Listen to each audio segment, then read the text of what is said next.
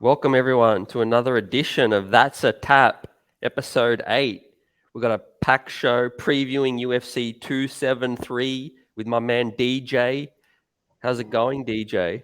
I'm good, my man. CT, what's going on? Big card indeed. Uh, Massive fights from top to bottom. So I'm very excited to, join with you for the next 30 minutes or so and start unpacking this card and what we can expect and sort of try and predict these fights and see how they go. So big pay-per-view card coming out of Jacksonville. Let's go. Let's get down to it. Let's get down to it. There you go. So that's the card that we can expect this weekend. You look at it at the very top. It's a well balanced card all the way down to the early prelims. You've got some known names, which is usually an indicator that it's a good card. We have the massive featherweight championship bout at the very top with both Alex Volkanovski, our very own Alexander Volkanovski, taking on the Korean Zombie. Let's not forget, originally this was meant to be Volkanovski versus Holloway. Holloway had to drop out due to an injury, unfortunate. And then we had Zombie step up. And then we got the the much anticipated rematch. Probably one of the three fights that I'm most hyped to in this card, which is the Aljamain Sterling versus Peter Yan fight. A lot of controversy in the first one, so everyone's excited to see how this plays out. And then the core main fight, which is Gilbert Burns versus Hamzat Chimaev. I think this is the people's main event. This is what everyone's looking forward to. That the hype that Hamzat brings, and he's meeting or colliding with another strong contender in that welterweight division. We also got Mackenzie Dern and Tisha Torres. And then obviously Gastelum was in this card as well in that main card spot. Unfortunately, had to drop out due to injury. And now we've got Vince Pitchell and Mark Madsen taking on that spot. Then you also got the likes of Ian Gary coming back for his next fight. We got Rosenstrike taking on Tabura. We got Aspen Ladd taking on Raquel Pennington. We also got Mickey Gall. And then in the early prelims as well, you can see Olenek, the old dog Olenek, who's, always in competition. He's there as well. So overall, a very good card. So quite excited. Just before we break this down, CT, which one is the fight that you're excited for the most? Look, it's a toss-up between the top three fights you see Yeah, for all different yeah, reasons. Obviously, we'll start with the top. We got, the title on the line, Sydney's own Alex yeah, Volkanovski, defending a title.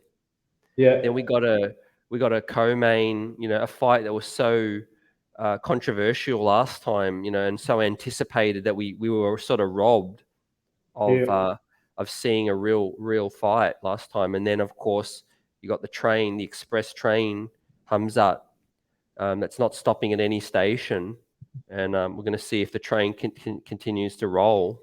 What about you? If I had to pick one fight, obviously I love the Volkanovski fight. I also like the rivalry between Sterling and Yan, but I just got to go with the Hamza Chimaev fight. I'm extremely excited and curious to find out, if Hamzat's a real deal. So I'm very excited for Yeah. that fight. That'll be my pick of the card, to be honest. Um, well, let's start from the top. Let's break these fights down. And let's go from the top today. So we've got Alexander Volkanovski taking on the Korean Zombie. What's your take on this fight? Man, super excited again. Just pins points at how big this pay-per-view is. I'm glad, Alex gets his shine, to headline a pay-per-view, DJ, Yeah, which is great. Great for that division.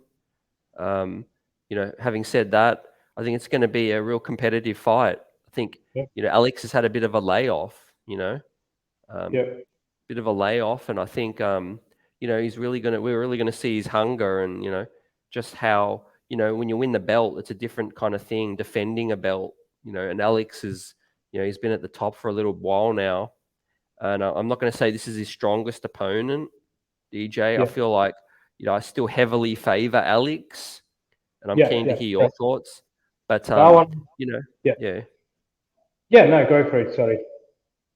Yeah, I feel like it could be a close fought fight, but I feel like Alex would probably win.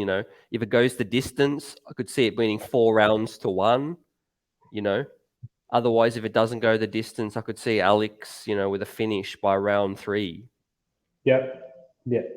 Funny that round three finish has been thrown around by a lot of people, including the champ himself. And then I know Israel Adesanya chimed in and said that he's expecting a third round finish as well. So I don't know, maybe it's an indication we got to go hit those betting lines. um, but look, spot on. I've, not because he's from Australia, and I'm not trying to be biased here, but I feel like Alexander Volkanovski is one of the best champions the UFC has seen. His work ethic, his mentality is second to no one. He's up there in the pound for pound list, rightfully so.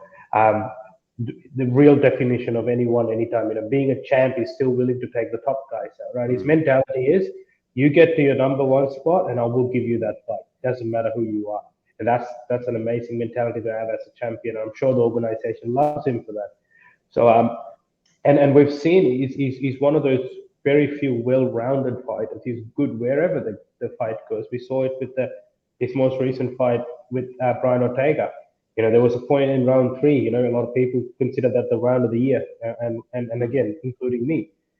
We saw him get taken down to the ground, and obviously, Brian Ortega had him in some of his signature moves, which Volkanovski was able to get out of, and not just do that, but dominate that round still, right?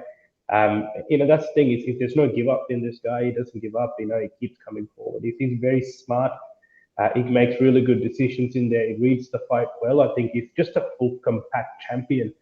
And the fact that he said yes to Max Holloway the third time sort of shows his mentality. And this is a guy, say what you may, there was a lot of controversy, I know, in that second fight especially, but this is still a guy who has beaten Max Holloway twice and does not need to give a third fight. But the fact that he said, "Look, bring it on, let's do it," it shows his mentality. He's willing to fight anybody, and that shows the confidence he has in himself. And you cannot beat confidence, right?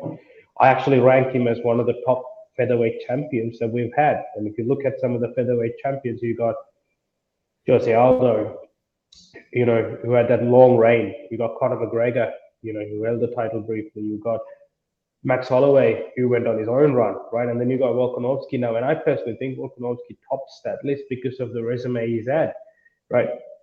Purely the simple fact that he beat two of the guys I just mentioned. He beat Jose Aldo, and he also beat Max Holloway twice, right?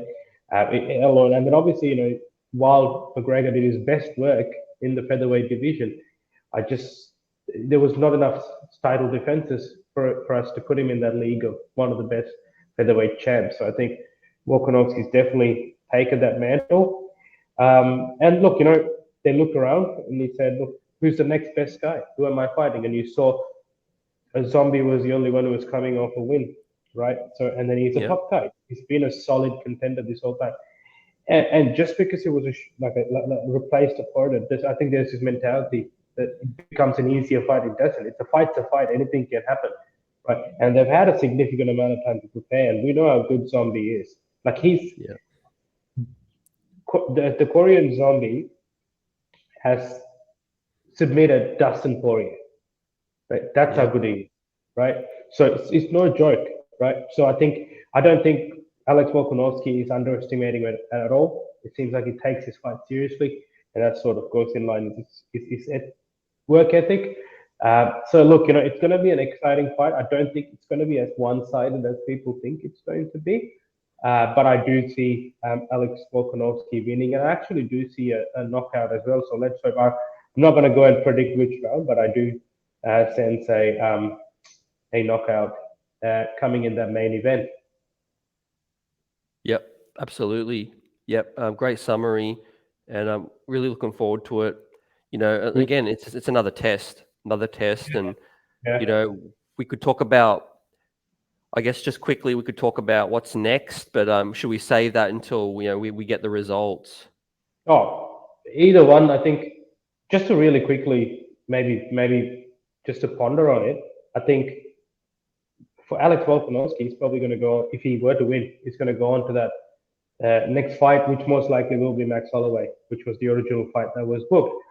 Yeah. And today in the press conference, when they asked the same question from the zombie, and he said the same thing. He said, look, yes, I think you need to be fair. You need to give Volkanovski the rematch if he were to lose it, but also the Holloway fight, intrigues me. So the one thing that's definitely good news for Max Holloway is that either one wins, he still has that shot at that title, right?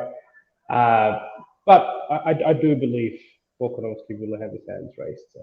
Yep. Yeah, we both agree with that, and we'll Yeah, definitely eat crow if something goes awry. it's gonna be. I mean, look, again, something worth mentioning is that Volkanovski's always been an exciting fight. He's never in a boring fight, right? So, and then it's definitely gonna, uh, you know, get our blood pressure pumping on Sunday like he did last time when he fought Ortega when he had that triangle around him. It's like, God, Jesus Christ, get it over Yeah, with. yeah. Um, what do we?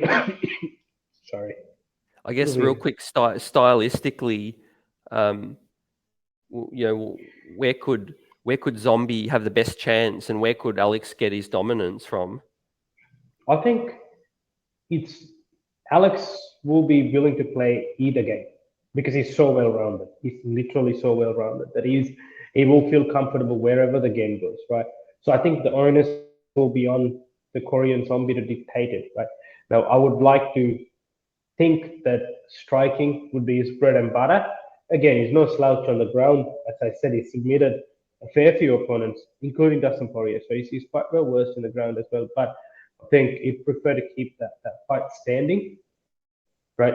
But it's just Yeah, it'll come down to one of the things that Volkanovski does so well is that constant forward pressure, right? It'll come down to how Zombie's going to deal with it. We saw that with Ortega. Even when he knew he had the fight in the bag, he just wouldn't. So he was relentless. He just kept marching forward, right? So same thing's going to be the case. And look, there's a reason why the Korean Zombie is called the Korean Zombie because he takes a lot of punches, but he still keeps coming forward, right? And yeah. that plays a part too, like which indicates that you do That's get right. hit, right? And look, outside of Volkanovski, this guy who used to fight at welterweight, so he does carry a lot of power, right? Yeah, So it'll be interesting to see. You know, I do think the fight will be predominantly on the feet. I would like to say, yeah. yep. And co-main now. Oh man, Jesus Christ! Even there was fireworks in the press conference as well. These guys legit don't like each other. A lot of controversy in the way the first fight ended. There was no finality, and then obviously Aljo went ahead and did everything he did after the fight, made him unfortunately one of the most hated characters in the UFC. But now he's got a shot at redemption, right? Like if he comes out and wins, and all that goes away. Like the jokes on all of us who made fun because he's come out and he's won, right? But having said that, it's a tall task, right? In Peter Yan, very similar to Alexander Volkanovski, you're looking at another well-rounded fighter, right? And Peter Yan is a machine. Right? He is without a doubt the best 135 pounder on the planet, as per my opinion. I think I think his striking is crisp, clean. His ground game is very good. He was clearly winning the first fight. Like obviously the first round, Aljo had a lot of output, but I don't know damage-wise, it caused too much trouble. We always know Peter Yan's fighting style is that he will assess the fight first. You'll always see him calculated in that first round. He's downloading information about his opponent, and then he'll come and start unleashing, and which is what happened with the Aljo fight. Yep, Look, yeah, yep. Yeah, I think there's going to be a lot of that nervous energy, like anticipation, because the yeah, last time it's been a long wait between yeah. these guys. There'll be some feeling out. I don't see it being a sort of action pack from the get go. Yeah. But I really think it's going to heat up. It's gonna light up in the second or third round when Yeah. No, for sure. Jan's going to use his boxing, and once someone gets clipped, the fight's gonna really start. And Yeah. No, that's true.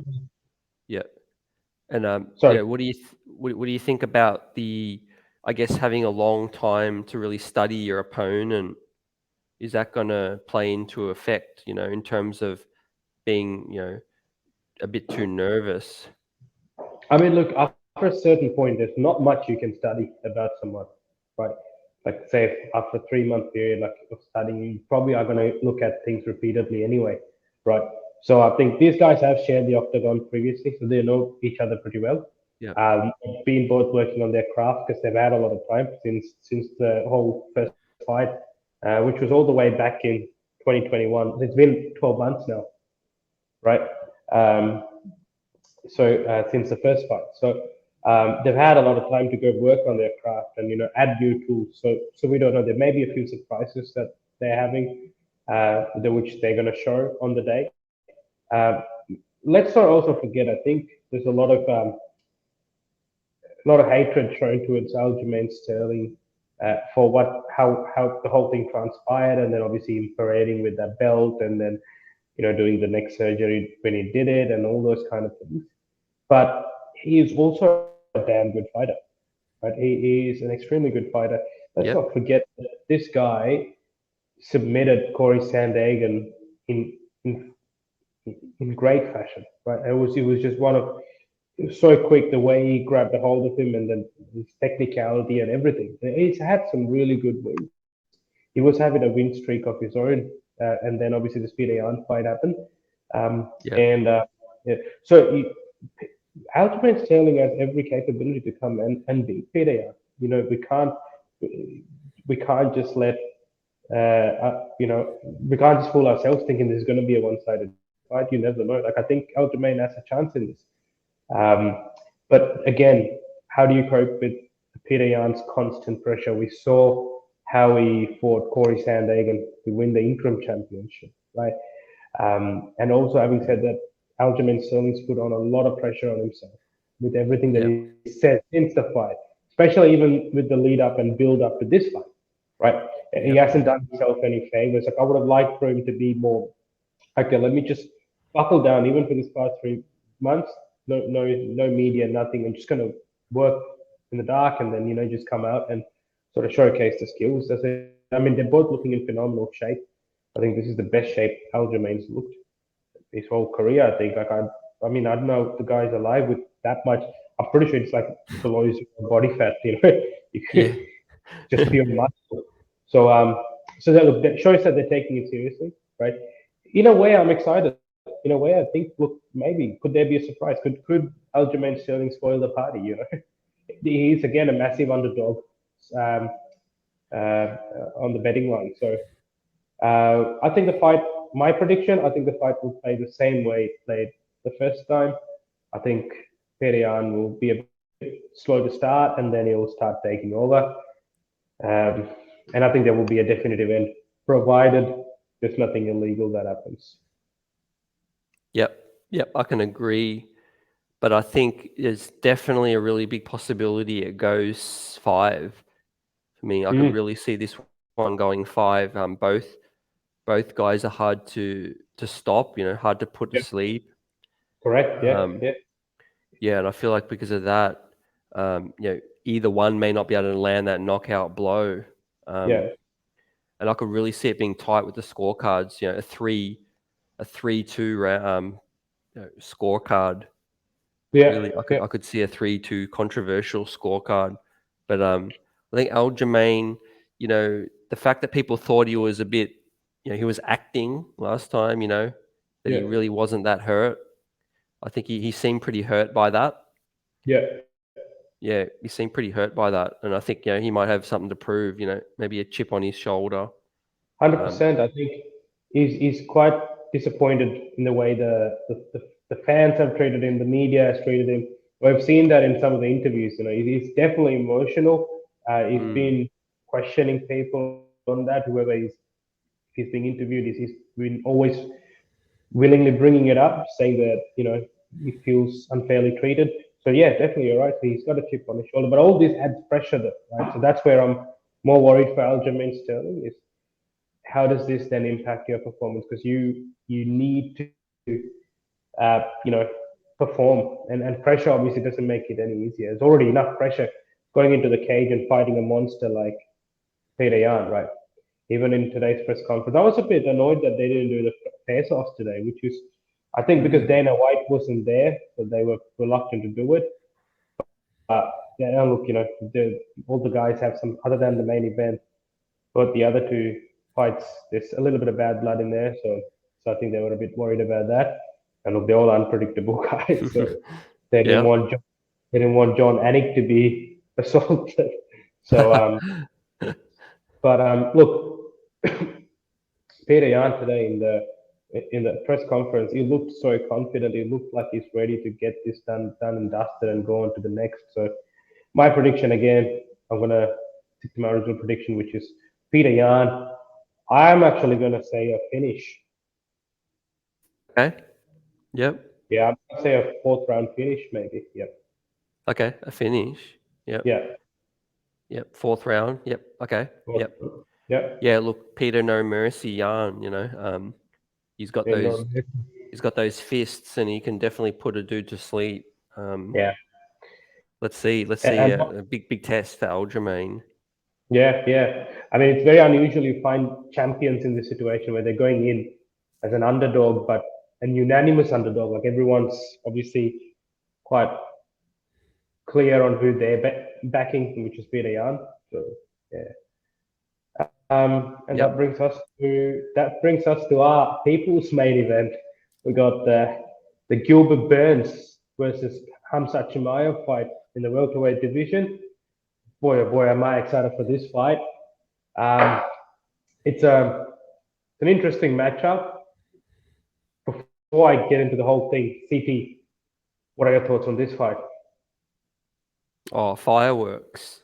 Yeah. Talk about maybe not going the distance. This fight is going to be on from the moment it begins. We always see Gilbert Burns start fast. Full of juice, high cardio. Hamzat exactly the same, looking to finish. I see both these dudes trying to finish their guy in the first round. Yeah. And who blinks first? It could be someone. It could be anyone. I think Gilbert Burns has been a little bit underrated in this one. I think he's really held himself well in some of these big fights he's been in recently. Yeah. I think against Usman, he started really, really well in the first round. Yeah. But then obviously just class showed from Usman. But I think this one could go either way. Obviously, I favor Hamza just because he's got that. I feel like he's got that more killer mentality, that power.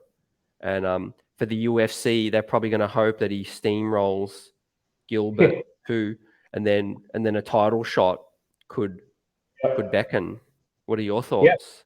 100%. I think with clearly Gilbert Burns is the toughest challenge for Hamzat so far in his UFC career, right? And the jump in competition's astounding. The reason I say that is because he fought a guy ranked, I think, number 12 or something last time in Li Jingliang.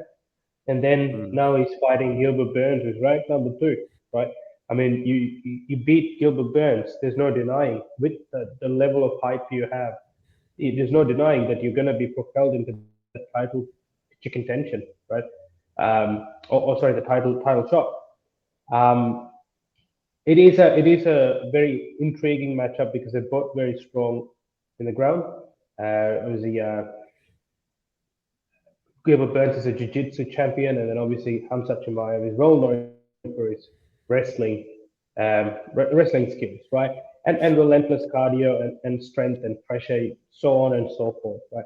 Anyone who's spent any amount of time with him in a cage or mat, all they say is his killer instinct, his work ethic. This guy trains 5 times a day, right? I don't even have time to eat 5 times, right? He's training 5 times a day. He's he's not shy in terms of competition. He's learning from the best. He's ready to he's ready to train with anyone and everyone. He just wants to get better, right? You look at this guy and you can see that he genuinely enjoys fighting. He genuinely enjoys violence. And then you got Gilbert Burns, who's not a walk in the park by any means. Right? He's again a very similar individual who comes to fight. He likes to fight. And we saw that with Kamaru Usman. Like he did get a bit emotional, like you said. I think he didn't conserve his energy as much. He came in. Let's not forget he rocked Usman in that first round, right? Where Usman was unbalanced and then he came back. So Gilbert Burns got power in his hands. If he can click, he can knock anyone out, right? Yeah. Obviously, Hamzat's chin hasn't been tested, but like it's only been touched once or twice, or maybe 4 times, something like that. So yeah, he's very. It's because his fights have been so quick, right? So quick, or like it's gone straight to the ground. I think Usman gave a very interesting snippet. He said, "Look, we'd really be able to find out if this guy's the real deal if someone's able to take him into the later rounds, right? How does he perform once time's passed? Like once you're fatigued, do you still keep up that same pressure?" Yeah. Which is what is intriguing. So whether this fight goes the distance or whether this fight finishes soon, like either way, it's going to be an interesting proposition for us viewers, um, to see. So the big question is, will they go to the ground? Will Hamzat take Gilbert Burns to the ground, knowing how good Gilbert Burns is down there? To answer that question, personally, I don't think Hamzat cares, right? I think he'll just do whatever he likes. That's his mentality. He believes he is the best. He truly does, and that definitely adds to his skill set. It enhances it because he's so confident. So um, I'm actually expecting Hamzat to win. I'm actually expecting him to win by a finish in the second round. Yeah. And then let's also note that he's training with we've been training with Darren Till. Yeah, Another dude that doesn't give a stuff. Those two, yeah, they just go in there and just do what they do.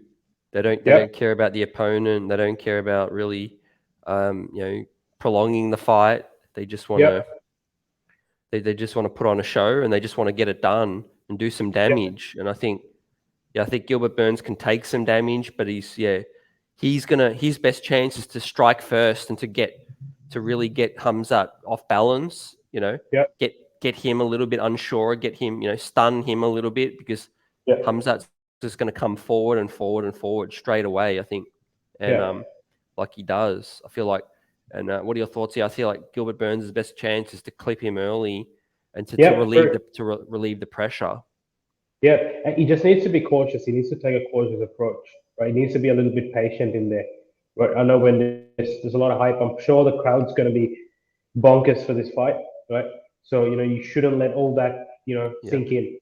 You need to like have a thick skin and just keep your cool and like you said, be patient. You just got to see that opportunity. Like, don't get me wrong, Gilbert Burns has many ways that he could win, right? He just needs to be patient. Obviously, clearly Hamzat's the bigger guy. I would like to say he's a stronger guy because he fights a middleweight too, right? And we saw he knocked out Gerald Meerschaert, who's a middleweight with one shot, So you need to remember this guy does have genuine power. So I think that's going to run in Gilbert's mind. And whenever there's someone with such a lot of hype, when you're fighting someone like that, you just don't want to be the guy would get put to sleep by this other guy. You know what I mean? So Gilbert Burns is probably going to have that in his mind too. And look, I felt like a little bit of the hangover from the Usman fight. I could see it in the Wonderboy fight when Burns fought Wonderboy. I thought while Burns has always been this fast starter trying to get people out of there, I thought he was very cautious and calm against Wonderboy in that fight. So look, let's see what Burns turns up. But either way, as you mentioned, this fight's gonna be fireworks, man. It's gonna be fireworks. That's all it is. That's guaranteed. Yeah. Would you, if you had to pick a fight of the night, bet? What would you put on as fight of the night? Fight of the night. Very interesting indeed. Fight of the night. I'm actually going to go ahead and say it's going to be Alexander Volkanovski versus Korean Zombie. Okay. Yeah, I'm going to go with Yeah. that. I'm going to So go you with reckon? that. Yep. And I reckon performance of the night would go to Hamzat and Ian Gary. It was just a stab in the dark, but Ian Gary is good. I like him. Okay. Flashy. Performance of the night. Yep. Yeah. Yeah. But Yeah, I hey, could look, see that. there's so many good fights in here that any one of them could prove me wrong. So which I'll be happy to be proven wrong because I mean we're the winners, right? We got a really good card. Uh, great fights. One of our local heroes defending his championship. So quite exciting. We also got in the main card we got Mackenzie Dern taking on Tisha Torres. I don't think there's any title implications attached to this fight because we got the top of the division, Royce Namajunas is fighting Carla Esparza for the title. And then we got Joanna, who's making a comeback. We got Whaley still in that picture. We got Marina Rodriguez, who beat Mackenzie Dern last time. She's on a tear of her own, so you'd like to think that she will, be prime ready for the title prior to these two girls or the winner of this fight. But it's still a good fight. It kind of gives a bit more clarity, I guess.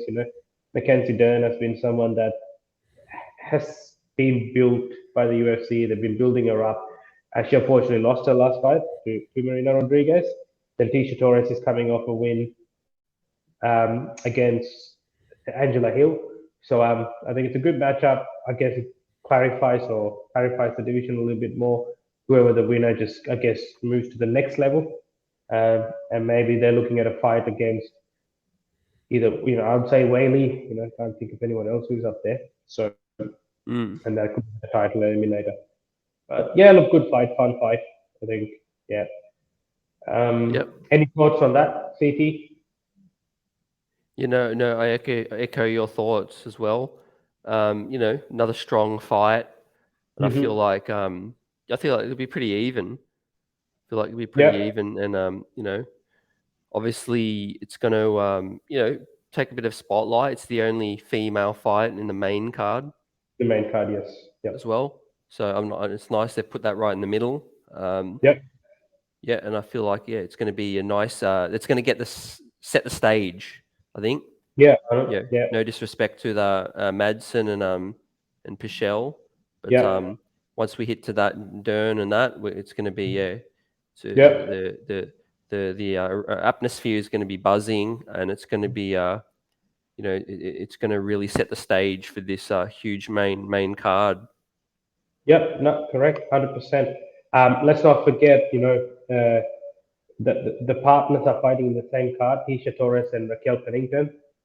So obviously they would have trained together, which is also always a good environment to have. Dieting together, you're training together, you're cutting weight together. So it'll be good to see if that plays a part in that in their fights.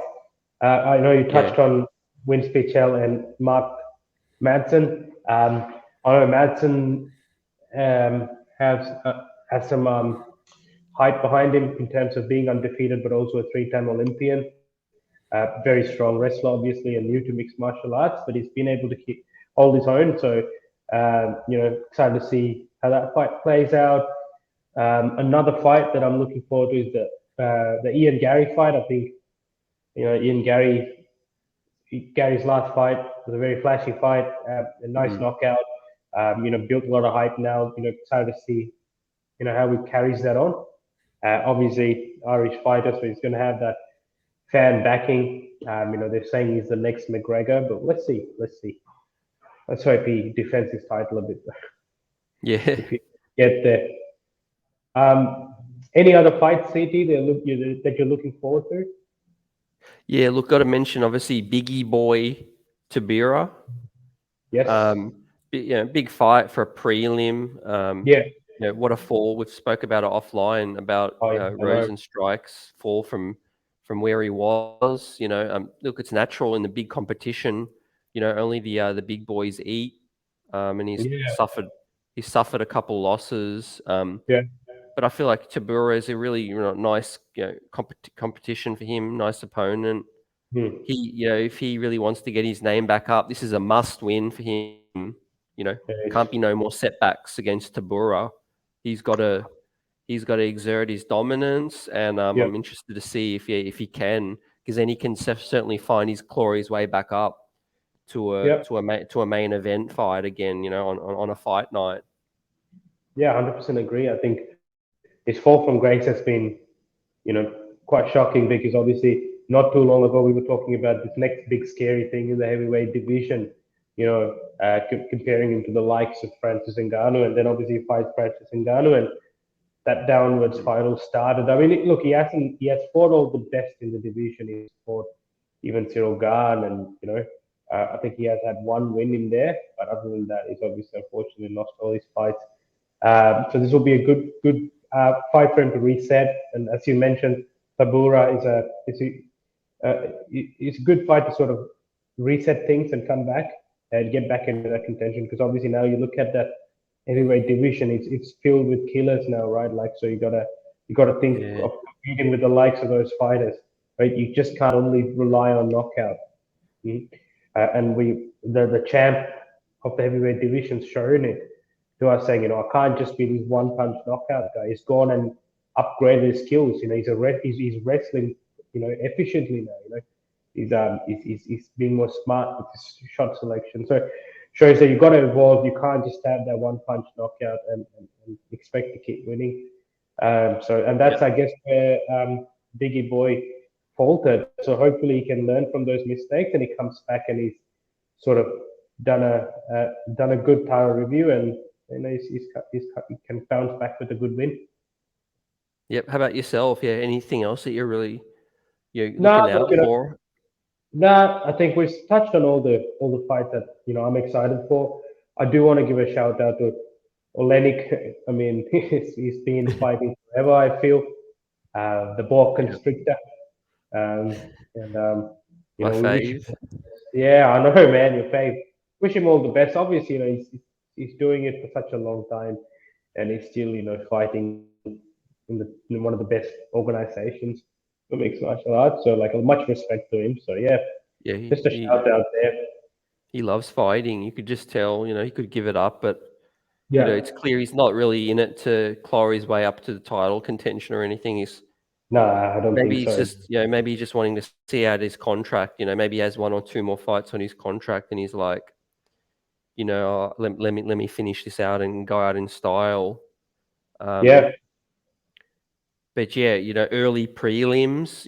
I mean, hey, it's no disrespect to be on a pay per view. I yeah, guess, a big pay per view. So, maybe they should have put him in the early in the prelims. But yeah. yeah, Alexi, wouldn't be surprised if there's a couple more big fights for him. But he's winding up. He's winding towards the end. He's definitely in the towards the end of his career, obviously. So it'll be Yep. nice for him to wrap it up and finish up. So And yeah, obviously, DJ, we saw UFC London, a record amount of bonuses handed yeah, out, 9 bonuses. Do you think Dana's going to be in a good mood? And how many bonuses do you see? You know, man, let's not forget UFC London wasn't even a pay-per-view event, and like, that's probably one of the most memorable events that we are. That's sort of what, and I was thinking, why does it feel so distant since the last pay-per-view, which when I looked at last pay-per-view was the Covington Masvidal one, and I realized, well, there was UFC London after that, and that created such a big impact that you tend to think that's one of that was a pay-per-view event. So yeah, um, I don't think we're going to see a repeat of that. I highly doubt it. yeah. But you never know. Dana White has a mind of his own, so he might give a bonus to everyone. So Has there ever been a double fight of the night? Like, has there ever been more than one fight of the night? not that I can recall. If there were multiple fights that were good, what I've noticed the UFC do is that they completely scratch off the fight of the night and they give up performance bonuses. Yep. Yeah. So instead of having Yeah. to give two fighters the night, so more people are able to win. So yeah. Yeah. Yep. So I mean, but I'm excited. Sunday, I've kept Sunday free.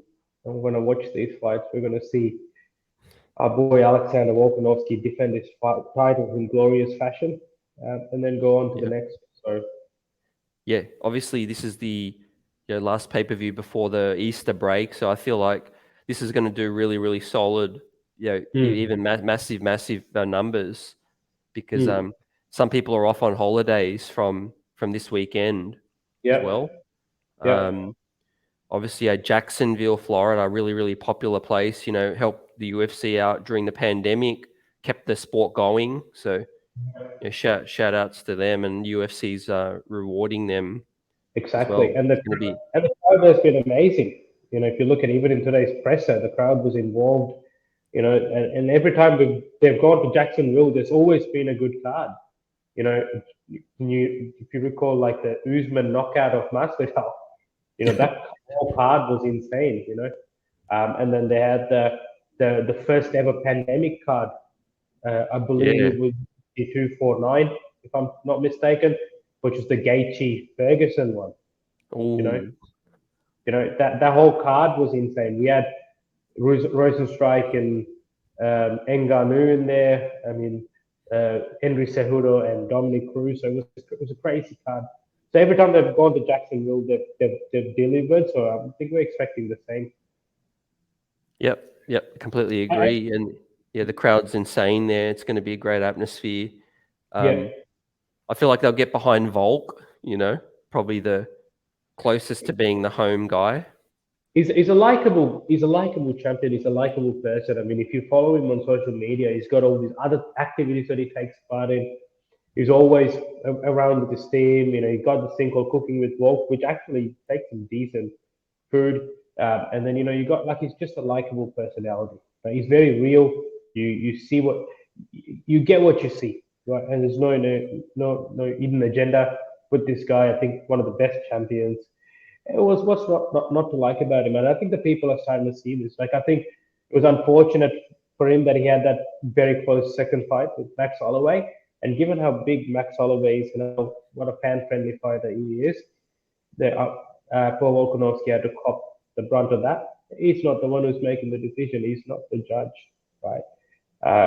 He went and did what he had to do, and the judges scored him the fight, and at the end of the day, that's that.